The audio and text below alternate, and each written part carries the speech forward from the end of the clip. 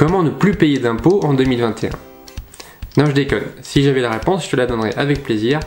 Mais comme chaque année, en 2021, je vais devoir continuer à payer mes impôts. Dans cette vidéo, tu l'auras compris, je vais te montrer comment faire ta déclaration de revenus en 2021. Attention, je ne suis pas un conseiller fiscal, donc j'aurai très vite mes limites à vos questions sur les impôts. Et comme le sujet des impôts n'est pas passionnant, et pour moi non plus, je te rassure, je vais essayer d'être le plus clair et concis possible pour ne pas te faire perdre ton temps. Je te montre ça tout de suite dans la vidéo, bon visionnage.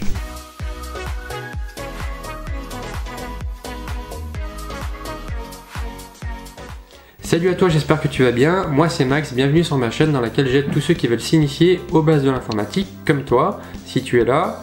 Le but du jeu étant de ne plus avoir peur de l'informatique et de ton ordinateur, et aujourd'hui on va parler des impôts.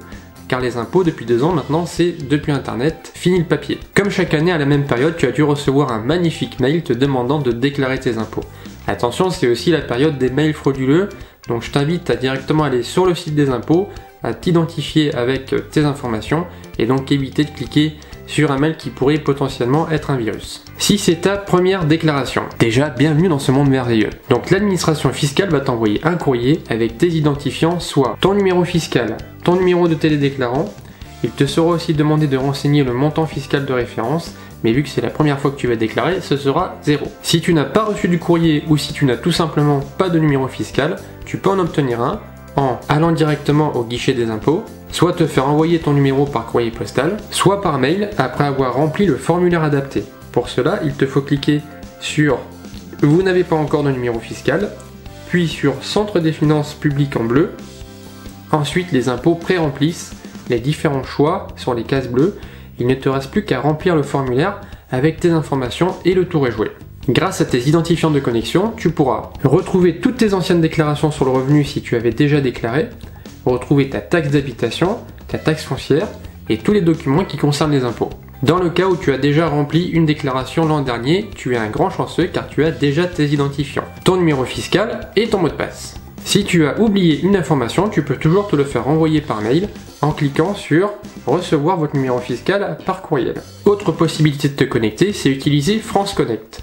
Qu'est-ce que c'est France Connect? C'est une passerelle entre les différents services publics tels que la poste ou l'assurance maladie. Donc c'est tout simplement un autre moyen de te connecter. Et une fois connecté, tu peux enfin passer à la déclaration de revenus 2021, ou du moins la vérification de ta déclaration. Car désormais, tout ou presque est déjà pré-rempli. Donc en théorie, ton employeur a déjà communiqué au service des impôts le montant que tu as gagné cette année, et donc il faudra juste vérifier cette partie, mais ce ne sera pas à toi de la remplir. Si tu es dans un cas particulier, par exemple tu travailles à Monaco, ce mécanisme ne fonctionne pas et donc c'est à toi d'écrire le montant des impôts à déclarer. Tu as 2 manières de le trouver. Ton employeur est gentil et il t'a communiqué sur un papier ou sur un mail la valeur directe à renseigner. Sinon, il faut regarder sur le bulletin de salaire de décembre et tu as forcément le montant de ton impôt de cette année à déclarer. Je te passe toutes les pages et les choix particuliers pour déclarer le SDF qui est chez toi ou la multitude de résidences secondaires que tu as, car il faudrait au moins une vidéo de 10 jours pour tout expliquer. Par contre, on peut faire un petit zoom sur les frais réels et le barème kilométrique. Chaque année, c'est pratiquement toujours la même chose. Je te conseille donc de mettre tout ça sur un Excel